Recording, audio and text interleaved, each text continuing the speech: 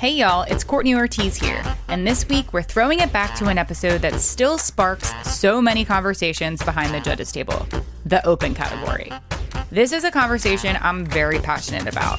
The open category at competition can be exciting, confusing, and sometimes totally misunderstood.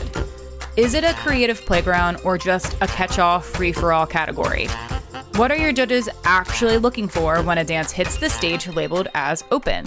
And when does a piece truly belong there? In this throwback, I'm joined by two veteran judges who break down expectations, common missteps, and what separates an intentional open piece from one that feels misplaced. If you're choreographing, entering, or judging open in 2026, this episode will absolutely make you rethink how and why to use this category appropriately. Let's jump into Season 3, Episode 77, the open category, expectations from your judges. Enjoy! Hey everyone, welcome to this week's episode of Making the Impact, a dance competition podcast. I'm your host, Courtney Ortiz, and I am here, of course, like always, with my fabulous co-host, Lesley Mealor. Hi guys, hi Courtney. How are we? One of these days I'm going to be sitting next to you again, but today I'm at my house.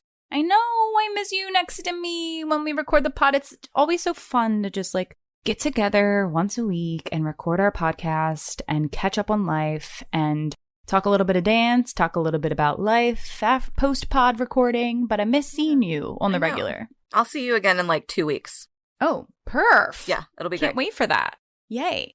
Well, I'm looking forward to you being back in my makeshift recording studio in my apartment soon, Lesley, but really excited for this episode. It's an interesting topic today, actually. We're talking about the open category. So if you're a competitive dancer, you might know what I'm talking about when I say the open category. It's that one category where you can kind of do whatever you want in there. And we have two IDA judges, and this is one of the, not first episodes, but this is an episode that we have two IDA judges back. It's been a minute since we've had, a full discussion on the podcast lately with all IDA judges chatting. So I'm excited about that. And like I mentioned, we have two fabulous IDA judges joining us on this episode, and they have both previously been on the podcast. So our first IDA judge that I'm excited to welcome back to the podcast, you may remember them from Season 1, Episode 22,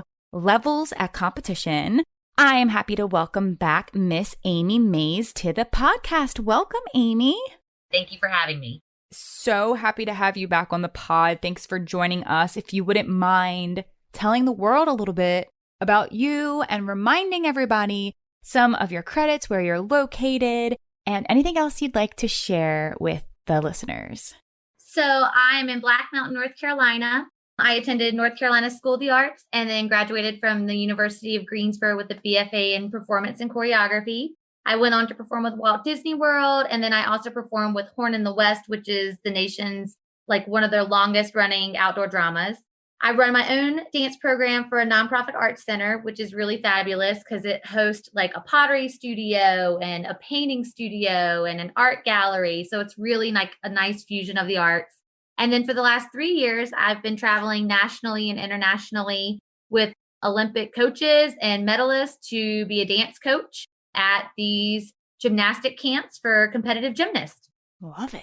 I love that. That's so cool. That's been so much fun. That's been really a highlight of my teaching career, because these gymnasts have just been eating up real dance, versus kind of what they're used to with their other, coaches. So It's been really fun. And you've gotten to travel so much, which I think is so cool.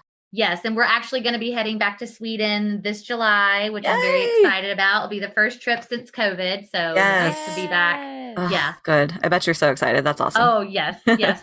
But traveling with a newborn, I don't know, or an infant, it's going to be very scary. Oh but my gosh. It'll be fun. He'll be a world traveler too. Exactly. Yes. Got to start him early. Yep.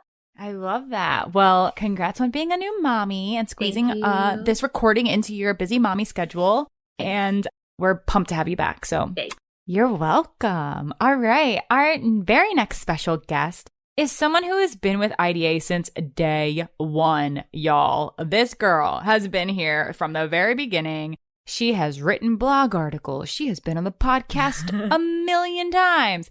And she always has so many fabulous things to say. One of my favorite judges, because her critiques are so spectacular, I could listen to them all day long. I'm very excited to welcome back Ashley Marinelli to the podcast. Welcome, Ash. Hello, I'm so excited to be here. I'm always so excited to nerd out about dance and competitions with all of you. These are the things I obsess over in my daily life, and my partner is just like, has heard enough of all of it, and he's bored. So I'm so psyched to be here again. Yeah, that's why we bring you onto the podcast, so you can just talk dance with us, and you don't have to annoy anybody else. Yeah. Yes. So yeah, I am Ashley Marinelli. I am based in Brooklyn, New York. I've lived here in New York City for over 15 years. I moved here to go to NYU Tisch School. I have degrees in English Lit and dance.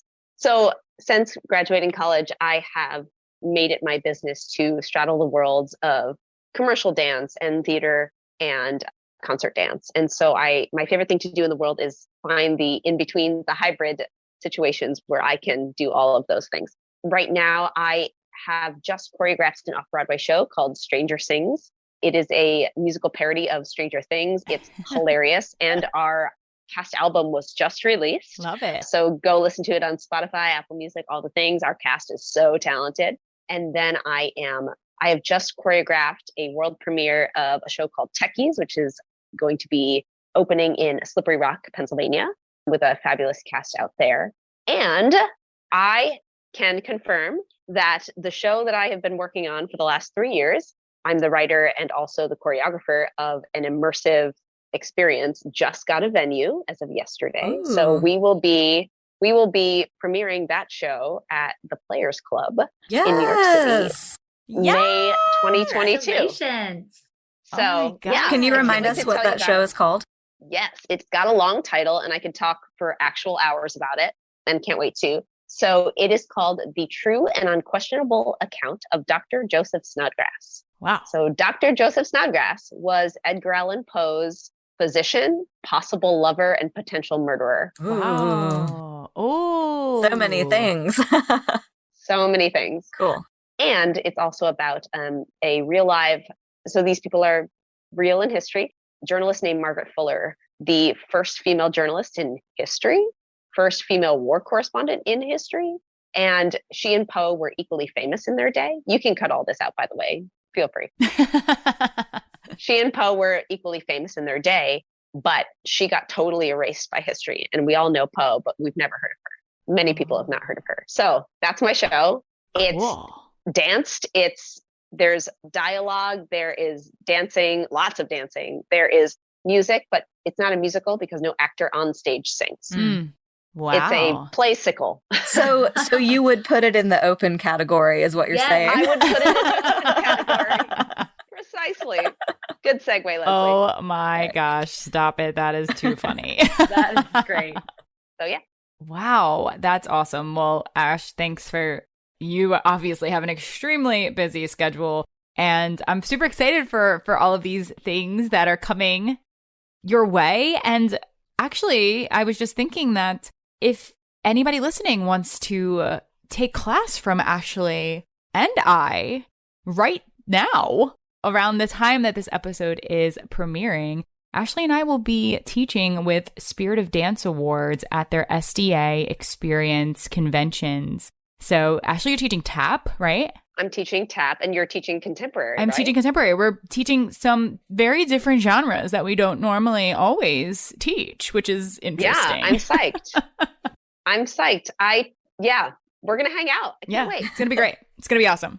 So, yes, thank you both for joining us. Let's chat the open category. All right, my friends. So I think we know what the open category is because we've been doing this for a while, but I know we really have a lot of new dance parents out there and people who are maybe unfamiliar with some of the differences between the categories. So can somebody just give me your personal definition of what the open category is at a dance competition? I think it depends on the competition. I know different competitions have different definitions of the category. But what I think about when I think about the open category is styles that do not belong, specifically do not belong in any of the other categories listed.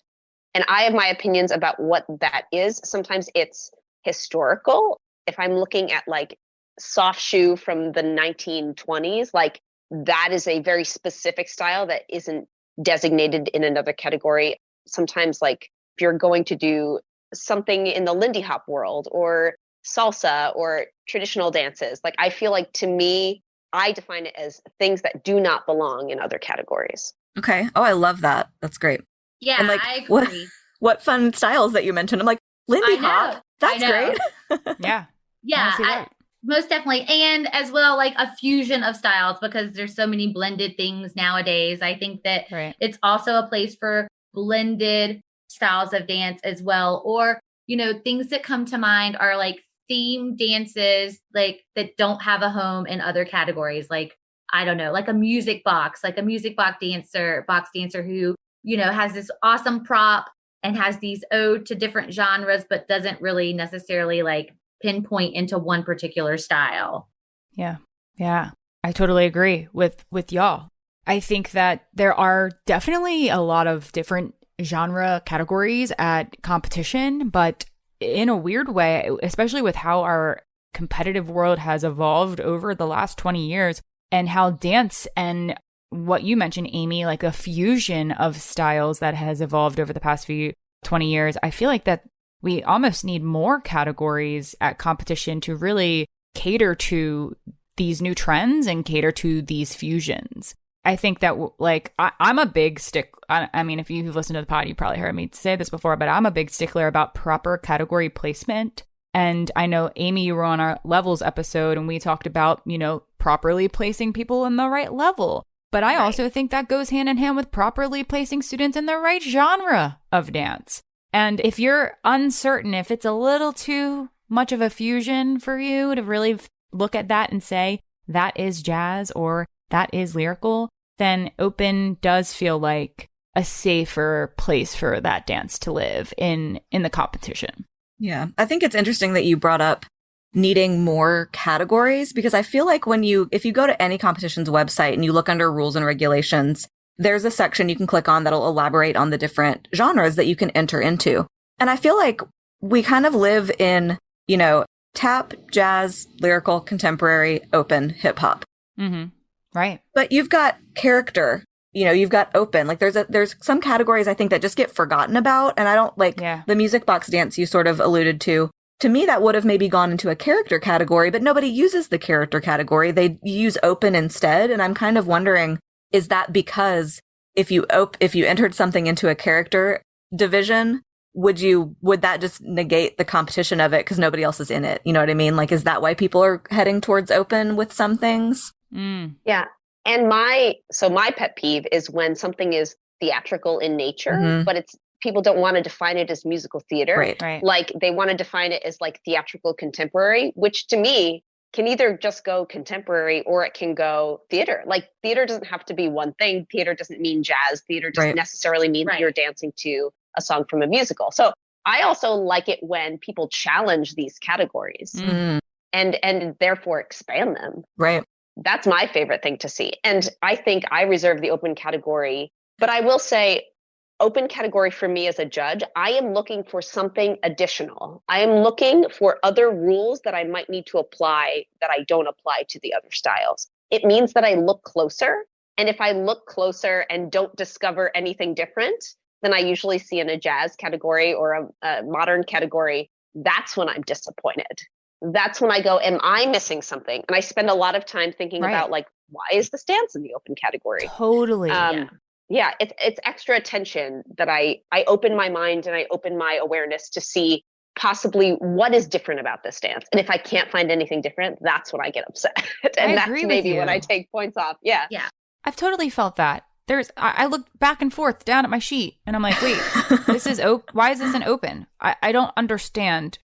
I'm watching a beautiful lyrical dance. Why is this an open? This makes no sense. Why wouldn't you just put it in the category? And we're going to go there right away. What I think the reason is because maybe you had another lyrical solo already and you wanted two. So then you put one on open. And I'm going to say that's my biggest pet peeve when it comes to the open category. I have the same pet peeve as you, Ashley, that you already said. But for me, I don't think that open is just the like throwaway bonus category.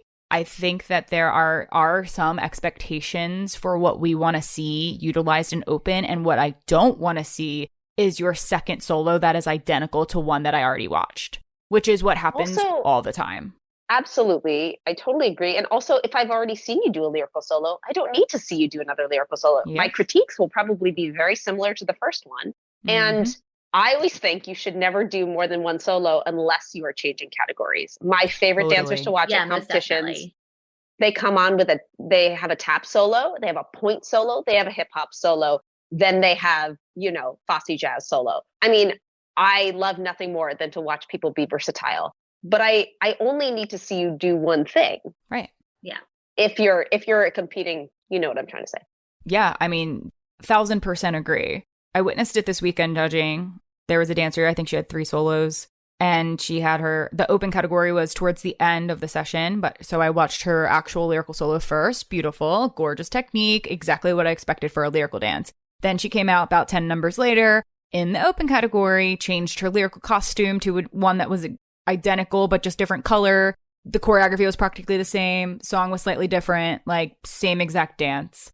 And I was just confused the whole time. And my critique, which I was actually doing a teacher critique, which is really exciting. So I was talking to the teacher and I'm like, why would you do the same exact solo? I've already watched this. This makes no sense. I don't understand why you would bring that. Like, to me, I feel like it's a waste of money for the dancer. Like, why aren't you, you're just trying to have another chance to win, to me, is how it comes across. Because this is your safety net. This is my genre. I'm strong at lyrical. I know I'm going to nail it. But it has to, if you're going to have multiple solos, like you said, Ashley, I couldn't agree more. They need to be distinctly different. And I don't think that many people care about that. I think they just care about the chance to win. Oh, my odds are better if I have 3 of the same solos, one in lyrical, one in contemporary, one in open, that are exactly the same.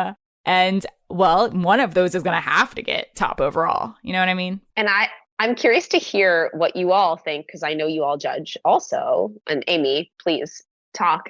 But I know that when I see a dance come on a second time and it's almost the exact same dance, I'm much harder on it the second time. If I see the same turn sequences, because I've already seen it once, exactly. And I know where the flaws are. Yeah.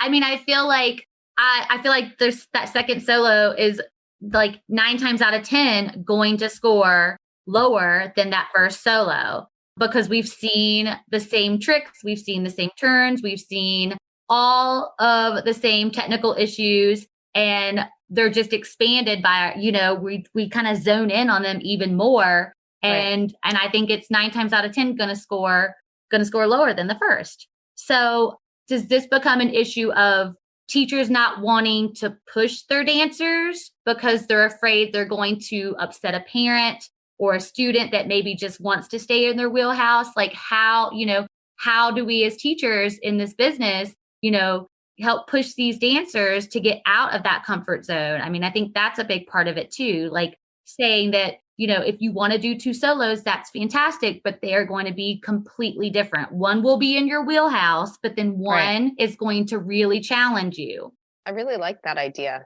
And I think maybe even if a dancer just really, it's their senior year, they really want to do 2 contemporary solos, fantastic. Have it be by 2 different choreographers in 2 different contemporary styles. Right. Because again, there's so much fusion out there that even within the style of contemporary, there's 15, 20 different styles you could point to and say that's also contemporary, but it's completely different than that contemporary. And then you have more of a chance to be versatile. If I may, take a small tangent for a second. Go. This is what I've been talking to my contemporary students about, especially students that are on their way to college programs. And I have heard contemporary defined like this, and I feel like part of the problem is people don't know how to define contemporary, right? So what I have heard and what I base my knowledge on is the idea that contemporary obviously means whatever's happening now, but specifically, it changes depending on where you are in the world, right? East Coast of the United States is one thing.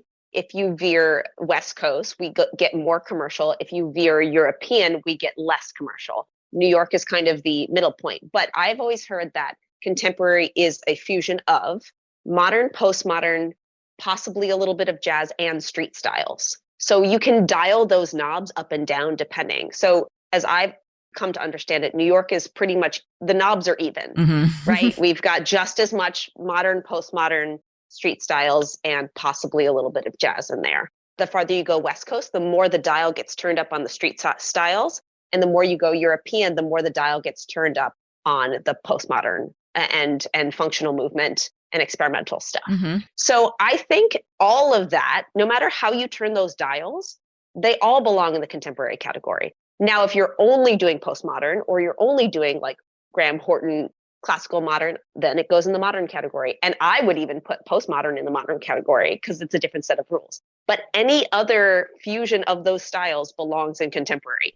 It doesn't belong in open, because that's what the contemporary category is for. And I think and valid disagreements about what contemporary is sometimes why a lot of what I would consider contemporary styles end up in open. Right. Anyway, that's my tirade. I'm so happy that you went there because, as all of you listeners know, our most listened to episode in existence ever and probably forever was lyrical versus contemporary. And I'm really happy, Ash, that you gave another beautifully defined definition, beautifully articulated definition of what you feel contemporary dance is. And the knobs, makes all the sense.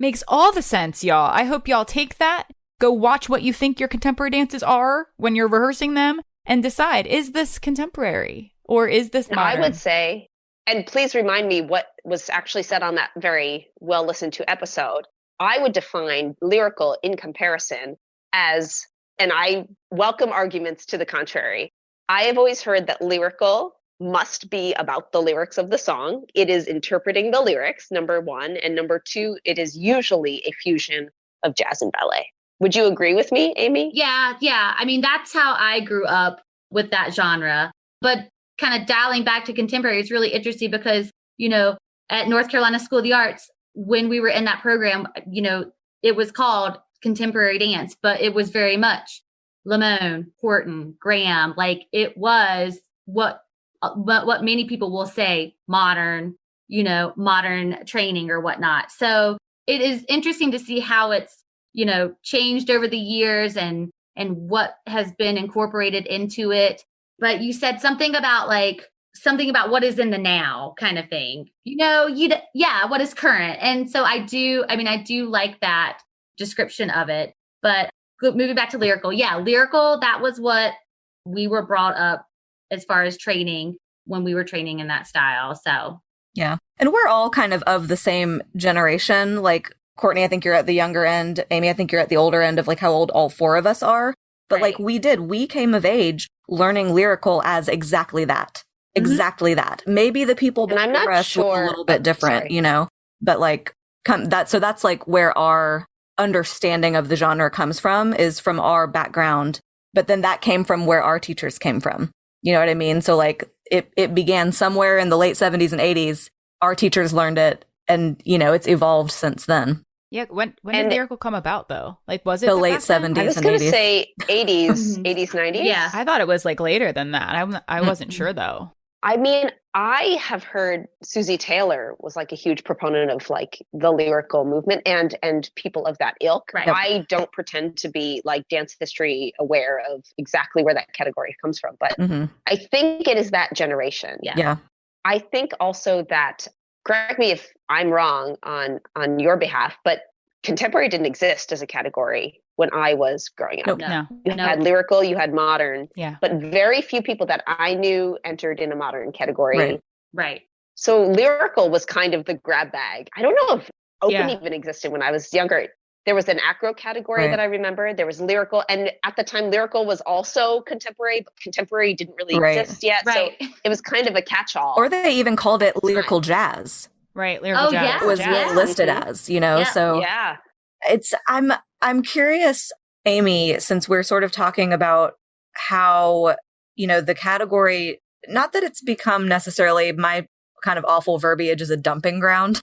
Like it's a little bit of a dumping ground for everything that's not one thing. Yeah.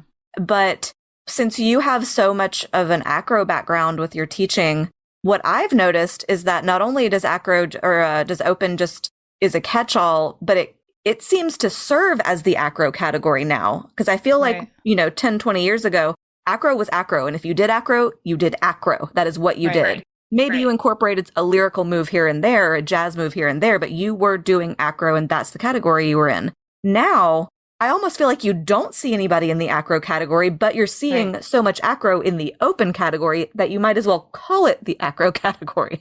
Right. But I think, that comes back to a lot of these dances that I feel that are heavy in acro, but are in the open category are basically a jazz dance that has too many tumbling passes to be in the jazz category, or a contemporary number that has too many tricks where the feet go over the head to be in the contemporary category. So the teachers don't want to get the deductions there. And so they throw it into open. So I feel like, they're not necessarily like Cirque du Soleil, which is what I want to see when it comes to acro. I want to see that artistic creativity in the acro category or just in general. But I do feel that the open category really has become a place for, well, we want to do one extra trick and we don't want to get the points deducted. So we're just going to put it in open. Exactly. I always am so excited for the open category because I don't know what I'm about to see. Like, that's the most exciting thing for me as a judge. It's just a breath of fresh air. Yeah. And then I end up watching a lot of acro. Right. Contemporary acro solos. Contemporary acro. Maybe that needs to be its own category. Mm-hmm.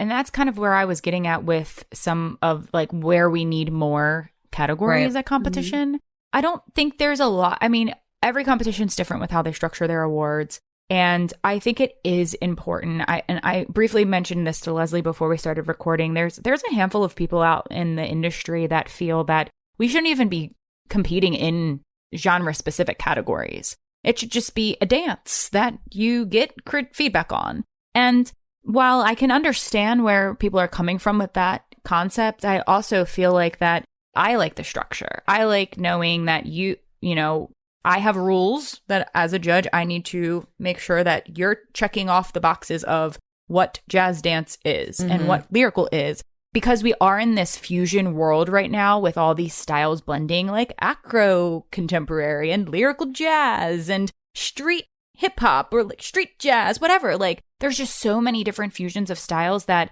if dancers aren't understanding the difference, then when they graduate and they start teaching, then they're just going to teach whatever they want. And there's not going to be any clarification.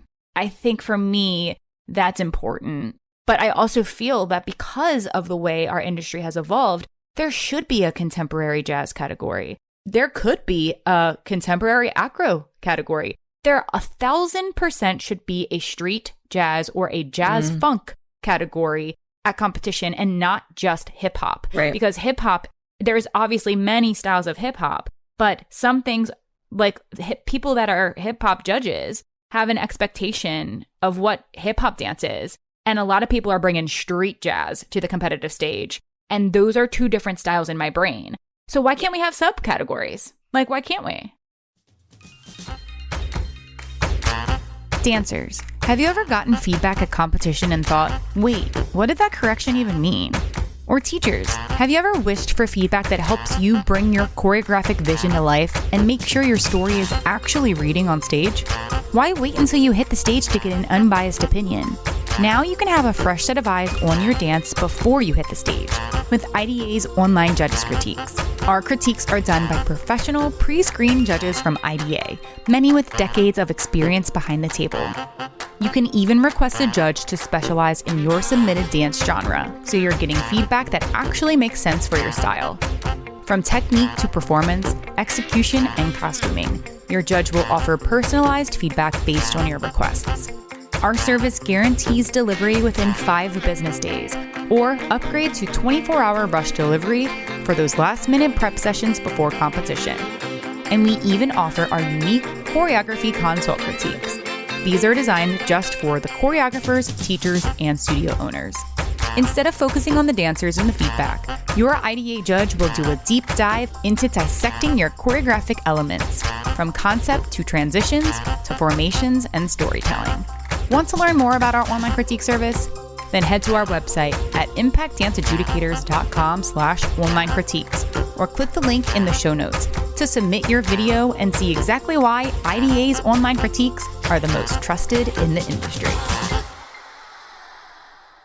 I think that where's the limit of that? Yeah. I mean, like we could just go on and on and on. I mean, Totally. I love the idea. So it's just like how would we limit that to where it wouldn't just kind of get out of control? I mean, like, do we just pick the like ones that are really most popular right now? Like you said, like a street jazz, like, I feel like where does it stop? You know? I also think it gets really tricky because these definitions aren't agreed upon by the dance community Correct. at large, right? Yeah. In the way that tap steps are called different things depending on which lineage you learned from. Right. And same thing with hip hop styles. Like party dances from the 80s are called different things on the East and West Coast. Yeah. Like it's hard to agree on these things because we've never agreed. Right. And that's part of the diversity of movement. But yeah, I think it'd be really hard. Go on, Lesley. Well, and speaking to that as well, it's like I mentioned earlier about, the music box dancer would need to go in the character category, but then it's alone because nobody else has entered into the character category. And then you get a first overall character routine because you're the only one that competed there and you got that award automatically. Would that happen? Street jazz, jazz funk, this, like, you're going to have such limited entries, That's what I kind of wanted to mention, though, is that I don't know if and I could be wrong, but I don't feel that every competition is rewarding a first place age 9 to 11 jazz. And no, not everybody first is. Place contemporary. But some of them do.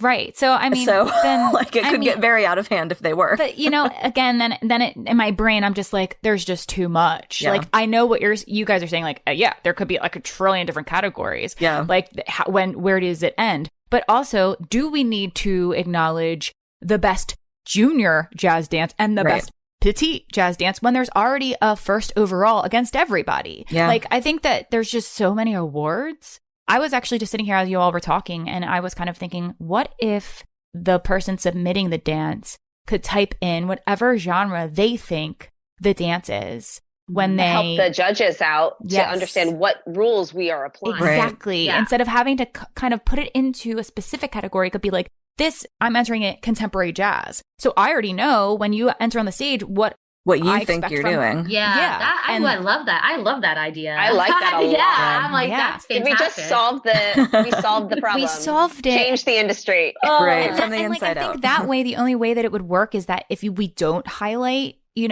great jazz dance first overall and great contemporary dance first overall, because everybody would be doing such, entering such fusion of styles when they're entering their dances that we wouldn't be able to like recognize those, but at least they would be potentially scored more appropriately. And the whole issue of did you place your dance in the right category wouldn't even be applied anymore. Mm-hmm. Right. You just have to define it for yourself, which might force choreographers and dancers to talk more specifically about if we're in a contemporary category, like where are the knobs, which things are dialed up. Yeah. And, we get that like fusion of contemporary acro. And you can say this is a contemporary acro solo, and Right. I would judge that Yeah. very differently than an acro Yeah, solo. Exactly. Yeah. Totally. Okay, y'all. I right. always give these tips to all the competition owners. Y'all should be listening to me. I'm giving y'all like free consulting on this podcast. Well, so since that world has not yet come where we have these choices, I would love to hear from y'all from a judge's perspective, how you judge the open category, because we can all, I think, sort of agree on how you judge the ballet category. My favorite thing to say ever, a plie is a plie is a plie. If you don't do your plie right, you're getting points off because you didn't do a plie right. But in the open category, there's many things that could be right or wrong, but how are you comparing it? Like, how do you even judge this category? And based on what we say, listeners, is this even a good choice to put your dance here based on what we're about to say to you? Yeah. I think that for me, the tricky part about the open category is that you have less information to go on, right? What you're spending the first 20 seconds figuring out, because we don't get, a dossier that says this is the open category / contemporary acro. We get, this is the open category. So my first 20 seconds are me trying to decide what style or styles you're using. And then based on that information, I do my best to apply the rules that I think apply to these various styles. Now, what I talk about, what I harp on in the open category is making your movement, making clear choices about movement. Because I don't have the rules to go on, I'm going to talk to you about not going halfway into a texture or a line or a sound. I am going to talk to you about making bold, clear choices so nothing looks like an accident, unless it's supposed to look like an accident, right? Unless you're doing a character number and you trip and it was supposed to, just really defining for yourself what you want the audience to get out of this is what I end up harping on a lot of the time. And then you can tell, you're like, oh, I see. We're like pulling from jazz here. So I'm going to talk to you about your solid, parallel second position, how your knees should be tracking over your toes. We when I see glimpses of that sort of thing, I'll dive into the style that most fits what I'm seeing. But it's hard for us to understand exactly where you're at unless you come out right out of the gate and you go, and this is a soft shoe number. This is intentionally a soft shoe number. And we're doing that. And I go, I see where we are. Like, this is a historical recreation, for example, of, something from 1910. I understand where we are history-wise, and I can talk to you about it. But fusions are a little harder. Right. That's my 2 cents. For me, it's really transitions. I mean, I feel like that's just the glue that ties everything together. So, if you're transitioning, your fusion of jazz into your round off back handspring, I really want to see that be seamless and it makes sense and it be like a clear choice and a clear direction that you're going with the piece. I don't want to, see you being super jazzy snazzy and then all of a sudden we're going to prep for this round off back handspring. And I know it's going to come because I can see the pause, see the approach happen. So I really want to see the transitions between what you're fusing in this category to really make sense and be clear. I don't ever want to question, what is this? I just want you to be really direct with, and confident about what you're performing and what you're giving us and what you're giving your audience. Be that, you're playing a certain character because there's not a character category. I want to know exactly what character you're playing. I just want you to be very clean and clear about, the choices that you're making. And so we're not questioning what something is. Totally. Yeah. And I think for a contemporary category and an open category, I think a sickled foot is sometimes appropriate, but you better not be halfway into a sickled foot or we're going to be very confused about what genre we're in and what you're after. Right. Anyway. Right. Yeah. And I think as you guys were both kind of saying that as to how it's judged, I'm still stuck on the dancer that has too many acro tricks for the lyrical category and they plop it into open. I'm still stuck on that in my head. And I keep going back to if I already saw your lyrical, you come out, you do another lyrical. This one has one extra. Maybe you threw your front aerial this time and oh, wow. And we did, 2 extra acro tricks and that's why it's here. Then I'm going to go back and I'm going to be but if you're truly doing lyrical, then why do we need the acro? Because acro isn't lyrical. Now we're fusing styles, which we said is allowed. But I think it has to be a true 50-50 almost split if you're going to be in the open category and it's a lyrical acro and not just I checked off the 4 that I'm not allowed. I could only have 3 and now I added the 4. No, if you're really going to go there, if you're really going to put it in the open, then I need to see that you're giving me a true lyrical acro routine. Or we just do one lyrical routine and eliminate one of those darn tricks because it's not going to make or break your dance. It's not. I think everyone thinks these acro tricks are what's going to make you win.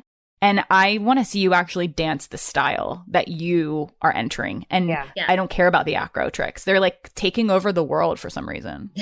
Yeah. And I think people, and I understand where this comes from because I remember being a competition dancer and going, oh, if I can, my senior solo in 2006, I did a Fosse jazz number in heels. And it was very important to me that I did an aerial in heels. For a Fosse number. For a Fosse number. Yeah. Why did I think that was a good idea? Bless my teacher who was like, you really don't need to do that. Yeah. But I felt like it was the most impressive thing I can do. And listen, I've danced on cruise ships. I had to do a good aerial in heels and, good practice. But but that's not kind of the point. And I understand that a lot of people think acro tricks will get them points. Right. And I've always said, if I never see another aerial in my whole life, it will be too soon. I've seen so many aerials, and even good ones. At this point, they're not interesting. Right. Same as turns in second. We see so many of them. So even the good ones, I shrug. I go, yeah, that's great. I'm not going to take any points off, but I wish you had made a different choice. Right. Because there's so many other steps that could be used. There's so many other Yes. steps. So many. Or There's- don't just do 16 a la Sacones. Throw in an attitude. Throw in a front attitude, a back attitude. Do something cooler in the midst of your turn. Do an axle in the middle of it. Come on now. If you can do 16 a la Sacone turns. I know. Miss Axels. I do you miss an them? axle in the middle of a turn sequence. I also always suggest to kids, if you've ever listened to my critiques, if I see a dancer struggling with turns in second, or if I see a dancer that is completely capable of other turns, I always suggest turns from fifth. I never see them. You can do them just as long as you do turns in second. Mm-hmm. Add a double, single, single, double, single, single, triple, land it brilliantly. So much more interesting than any turns in second you could do. Right. Give me a PK turn sequence. PK turn, PK turn, double PK turn. There's so many other things, guys. And they're going to be better for you. Ugh, I could go on a tangent about turns. I miss fouette turns. I don't see properly placed, turned out fouette turns. Y'all know why? Because they're harder than turns in a la Sacone. So They are. You have to use your rotation. You have to understand how to do a turned out pirouette. Right. You have to be taking ballet 3 to 4 days a week. I learned fouettes before I learned turns in a la Sacone when I was growing up. Absolutely. Yeah. It's backwards now. Well, I was very brought up that all Sacone turns should have only been done by male dancers back in my day. It was that was not trick. Yeah, it was that was not the dancers the turns that the female dancers did. So yeah. Totally. And I really do appreciate that women are now taking over traditionally male steps. Yeah. I love to see, oh my gosh, women doing double tours is my favorite thing in the world. Yes. They're so hard. Let's do them. Ladies, let's do all the double tours. 540s. I never see a double tour.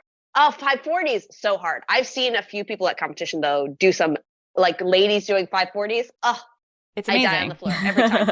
But my point was, yes, it is importantly, turns in second are a ballet trick. Right.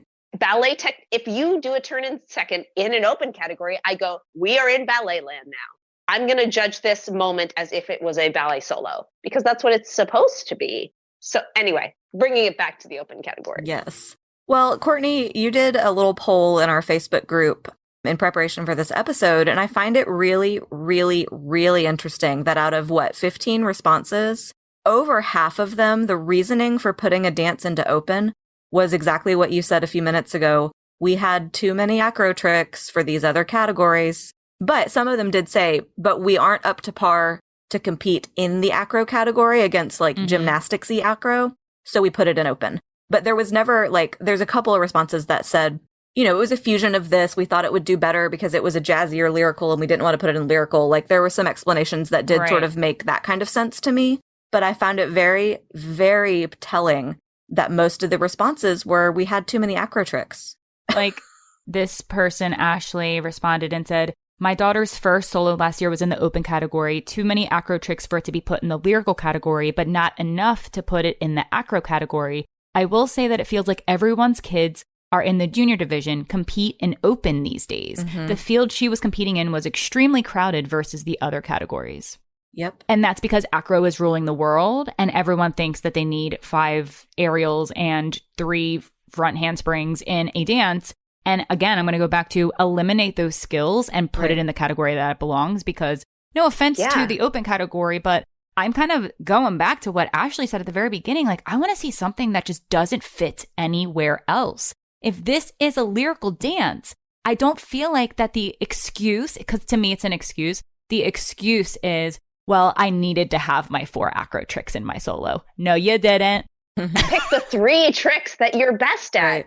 I'm sure you have 3 favorite tricks. And then do a PK turn. It's just take that turn moment and do another thing, anything else. Attitude. Yeah. Right. And I think that the rule was probably initially set only 3 acro tricks to keep things in the lyrical category, not to push it over into the open category. Right. And I do find it kind of interesting with everyone's responses in the group. Like you said, Lesley, like the majority is that we had too many tricks. I find that interesting to see that many people actually following the rules in a way, because I don't feel that that is happening when I'm judging. I'm sitting there watching dances that are in the jazz category, that are in the lyrical, contemporary, whatever it is. And I'm counting how many tricks have you done? How many acro elements have you done? Like, and then in my brain, I'm like, my recommendation is put it in the open category, which, you know, is not really what I want to tell them to do. I really want to say, hey, eliminate a few of those tricks because this is a fantastic dance. But why is there so much acro happening? Yeah, I just wish we would get back to just like real dancing, you know, like real dancing, like pushing ourselves as choreographers, you know, to just think outside of the box, take the risk and just put it out there. I mean, I feel like all the dances, just everything looks so similar. It's the same acro tricks. It's the same turn sequence. It's the same angst in these like contemporary solos. And I just wish we could just get back to like dancing. And I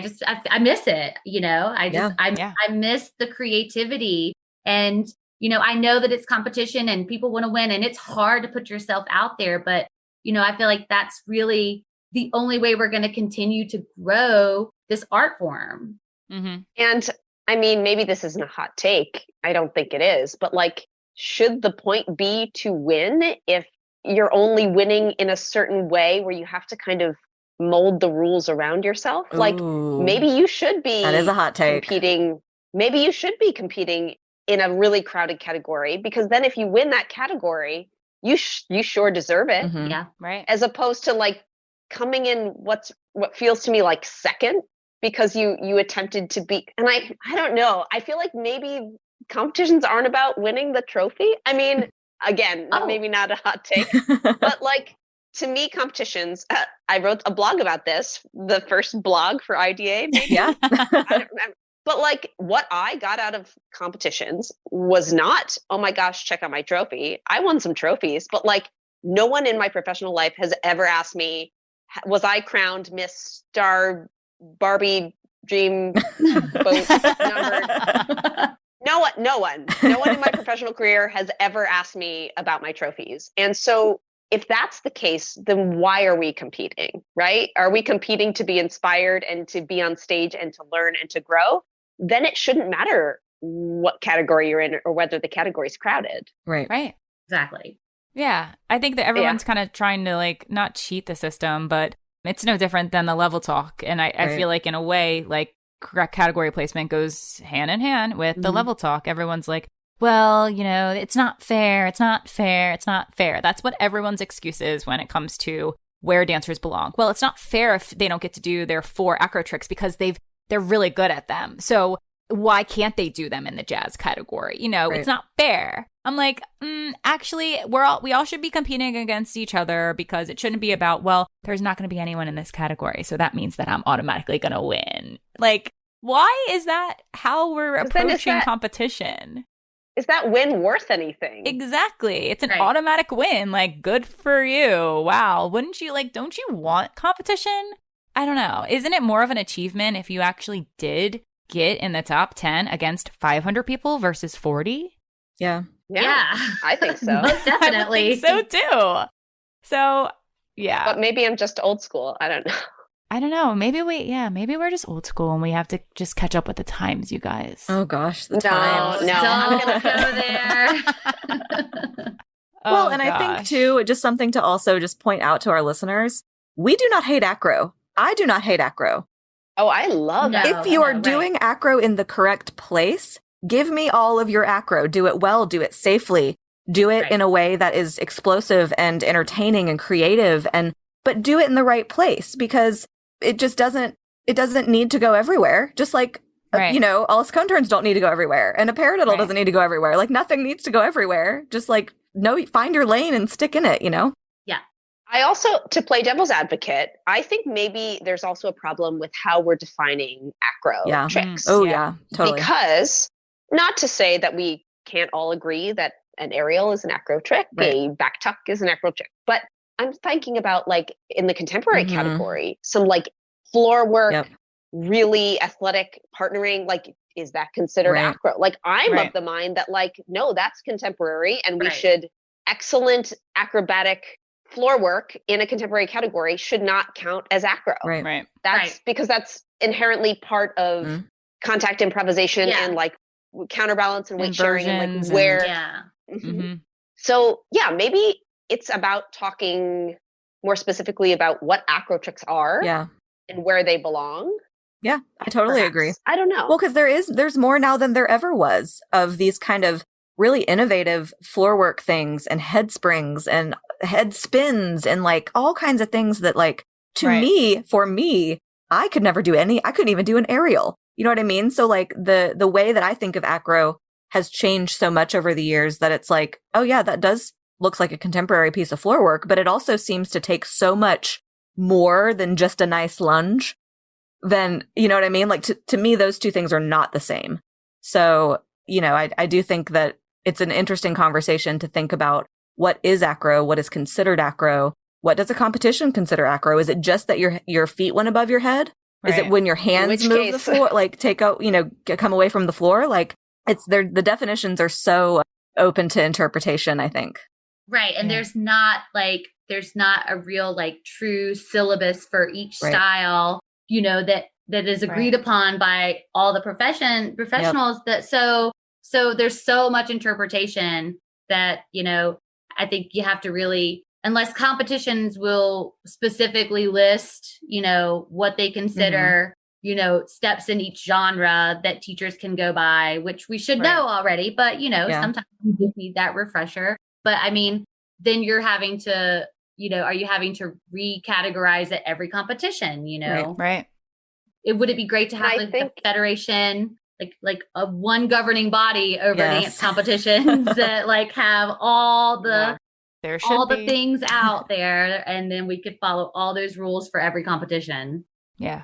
Right. And I think part of the problem is professionals in the industry don't agree necessarily about what dancing belongs in what category. And I think we solved the problem earlier when we said, you tell us what you think this category is, and we will judge you based on That's it.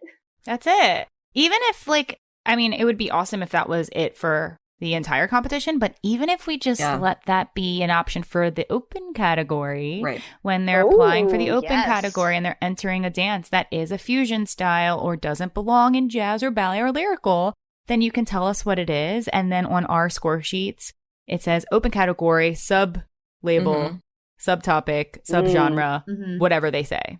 Because then we could get really specific. You could say, you know, this is not hip hop in general. This is like West Coast popping. Like, judge me crumping on those rules. Or, you know, like ballroom, because there's usually not a ballroom category. Right. Or what about all of the world dance styles that don't ever get their category, you know, properly? Like, I've seen a handful of competitions have like a category for world dance. Traditional dances? Yeah. So it's like cultural dances. Yes. Cultural or world. And I love that. I mean, not obviously, competition's slim in that category, but that's where the Irish step dancers can go. That's where the African dances can go. That's where like those beautiful, I've seen hula on stage before. I mean, I don't think clogging is cultural dance, but that lives in its own world. No. Yeah, like clogging. But like, again, like the cloggers don't have anywhere to go. A lot of competitions don't have a clogging category. So they have to go in the open category. It's like, and then I don't know what it is. Like you said, Ash, you're spending the first 20 seconds navigating what in the world style am I watching right now?